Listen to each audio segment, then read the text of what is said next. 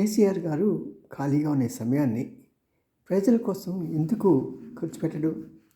ప్రత్యేకంగా ఒక ఎకరం పొలంలో లక్షల కోట్లు సంపాదించడం తెలిసిన ఆయన రైతుల్ని డిస్ట్రిక్ట్కి ఒక 10 మందిని తీసుకుని పిలిచి కోట్ల రూపాయలు పొలం నుంచి ఎలా సంపాదించాలని నేర్పితే బాగుంటుంది కదా. అదేవిధంగా 80,000 పుస్తకాలు చదవగలిగిన వ్యక్తి ఈ రోజున పుస్తక పఠనం పడిపోతున్నదో అని ఘోష పెట్టిన వాళ్ళందరికీ మీరేం లేదు, ఒక డిస్ట్రిక్ట్ నుంచి ఒక స్కూల్లో ఒక ఇంట్రెస్ట్ ఉన్న వాళ్ళు 10 మందిని నా దగ్గరికి పంపించండి, వాళ్ళ చేత కూడా నేను 80,000 పుస్తకాలు చదివిస్తాను అని చెప్తే వాళ్ళ విజ్ఞానం పెరుగుతుంది కదా.